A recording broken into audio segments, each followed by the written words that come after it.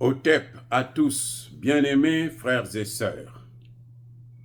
Emmanuel Macron convoque le nouvel ambassadeur de l'Iran en France, à Paris. Officiellement, ça doit être pour lui parler de la riposte iranienne contre Israël. Très bien. La France a soutenu Israël. C'est son choix, c'est normal. Ce sont des alliés. Alors, l'Iran a riposté à une attaque d'Israël. Israël est en train de chercher des moyens pour riposter encore. Emmanuel Macron convoque l'ambassadeur de l'Iran en France. Posez-moi la question de savoir où est le problème de la France dans cette affaire. Question. Pourquoi c'est la France qui convoque l'ambassadeur de l'Iran? Pourquoi ce n'est pas Israël qui convoque l'ambassadeur de l'Iran? Pourquoi ce ne sont pas les États-Unis qui convoquent l'ambassadeur d'Iran? Pourquoi c'est la France? La France a quoi à avoir dans cette affaire? Rien. Les amis, ça c'est la comédie. C'est du théâtre qu'Emmanuel Macron est en train de faire.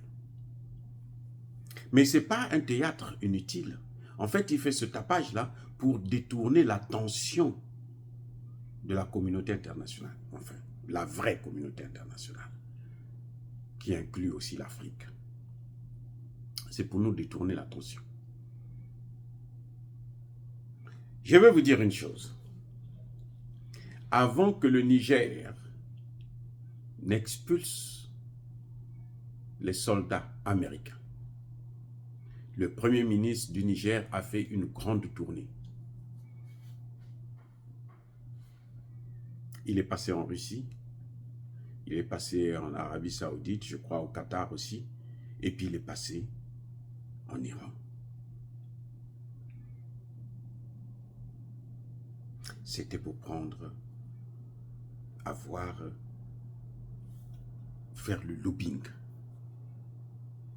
de ce que vous avez vu, l'expulsion des Américains. Parce que les Français comptaient sur la présence des Américains pour un jour revenir en force. Mais les Américains sont expulsés.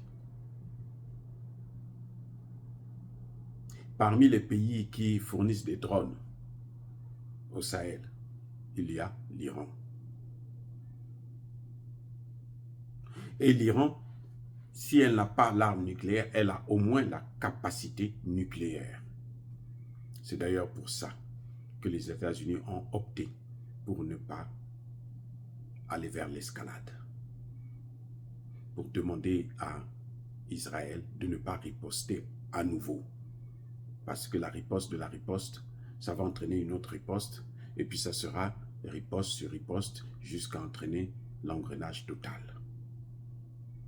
Parce que les États-Unis savent, et l'Iran a l'arme, les missiles intercontinentaux. Donc elle n'a pas besoin de se déplacer pour les envoyer. Depuis l'Iran, on peut attaquer la France, les États-Unis, Israël ou n'importe quel pays au monde. Ça, c'est un problème pour les Occidentaux. Et l'Iran a assez de missiles et de drones pour envoyer sur le sol d'un pays étranger qui l'emmerde. Donc Emmanuel Macron, quand il convoque l'ambassadeur de l'Iran, il n'a aucun droit, aucune légitimité. Ce n'est pas son affaire. D'ailleurs, sa voix ne compte pas. Israël n'écoute pas ce que dit la France. Non. Ils s'en foutent éperdument. La France s'en soucie, c'est l'Afrique. Vous voyez comment l'Afrique est toujours au cœur de tout ce qui se passe là. Le souci de la France, c'est l'Afrique. Je vous ai dit tout à l'heure, parmi les pays que l'Iran, que le Premier ministre Lamine Zeyn a visité pour aller prendre des informations, pour aller prendre des conseils, pour aller chercher à avoir le soutien, il y a l'Iran. Donc quand Emmanuel Macron l'appelle, c'est pour lui dire que non, il faut que tu lâches ces pays-là. Comme ça, nous, on va te laisser un peu plus de pouvoir. Mais Emmanuel Macron ne peut rien donner à l'Iran, rien. L'Iran est sous sanction depuis presque 1979. Que l'Iran est en train de subir les sanctions de l'Occident. Et malheureusement, l'Iran a une économie qui aujourd'hui est peut-être meilleure que celle de la France. L'Iran est militairement capable de mener la guerre contre l'OTAN, contre l'Union européenne en tout cas. L'Iran a l'arme dissuasive plutôt. Donc, ce n'est plus un pays avec lequel on doit jouer. Et Emmanuel Macron essaie de faire son cinéma pour montrer que lui aussi, il existe. Non, il n'existe pas. Emmanuel Macron n'existe pas. Et il n'aura plus l'Afrique. Oui, avec des gens comme les Touadéra, oui. Il peut avoir l'Afrique encore, une partie. Mais toute l'Afrique, là, ce n'est plus possible. Et ces gens-là, ils ne vont plus rester longtemps au pouvoir pour continuer à faire ce qu'ils sont en train de faire. Emmanuel Macron peut commencer à pleurer. Ce qui est en train de se passer au Niger, le fait d'avoir expulsé les États-Unis d'Amérique,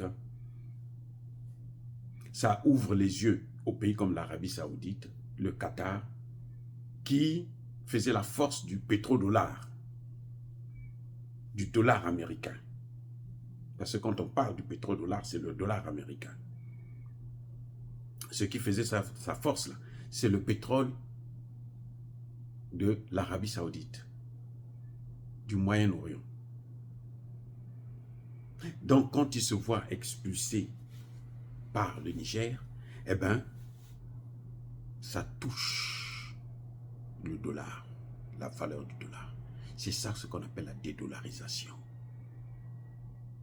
Les pays comme l'Arabie Saoudite se rendent compte que mais on ne peut pas continuer comme ça. C'est pour ça que vous avez vu l'Arabie Saoudite a signé des accords avec la Chine pour vendre son pétrole, non plus en dollars, mais en yuan.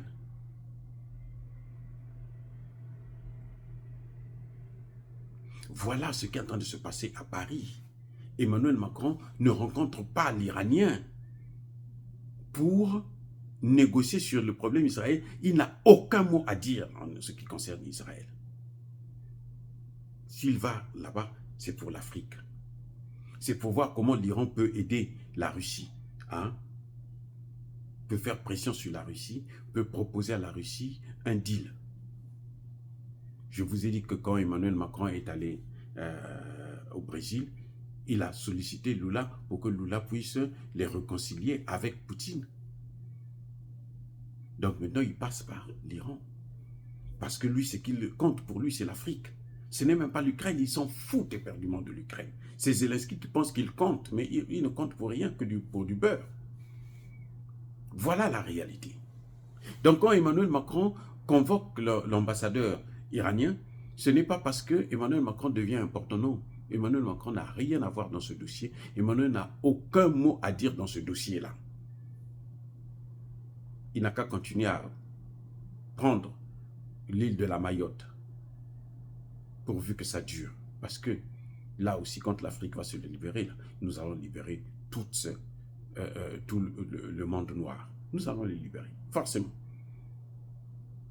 Or, bien-aimés frères et sœurs, nous devrons prendre conscience que ce qui se passe, surtout quand vous voyez la France s'agiter comme ça, la France c'est l'Afrique. Vous avez vu comme par hasard, quelques temps plus tard, c'est au même moment, c'est l'ancien chef d'état-major français qui déclare qu'il faut aller faire la guerre en Afrique, il faut recoloniser l'Afrique. Emmanuel Macron a besoin du soutien de l'Iran. Comme à défaut d'avoir le soutien de la Russie et de la Chine, il a besoin d'avoir le soutien de l'Iran, qu'elle ne pourra pas avoir parce que l'Iran fait partie des BRICS. Et l'Iran n'est pas un pays comme l'Afrique du Sud, là, qui jusqu'à présent n'a pas encore compris sa place en Afrique. Dans le dossier de la RDC, on a laissé l'Afrique du Sud prendre ce dossier-là en main, mais Ramaphosa est tellement coincé dans des histoires de corruption, de drogue et autres, maintenant il est obligé de lâcher Tshisekedi aussi.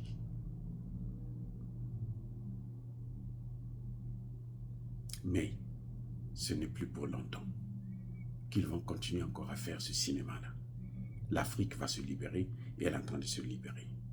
Ça va être dur, on va compter encore peut-être des morts, mais on arrivera. Nous y arriverons. Encore une fois de plus, bien-aimés frères et sœurs, soyez bénis, abondamment bénis par le Dieu des Kémites et par nos ancêtres angélisés. Mais que tous ceux qui persécutent le continent africain le pillent et le déstabilisent, qu'ils soient noirs, blancs, chinois, arabes, juifs, indiens ou qui qu'ils soient punis, maudits, foudroyés, neutralisés, écrasés, effacés par le Dieu des Kémites et par nos ancêtres angélisés. Vive l'Afrique éternelle, j'ai dit et j'assume.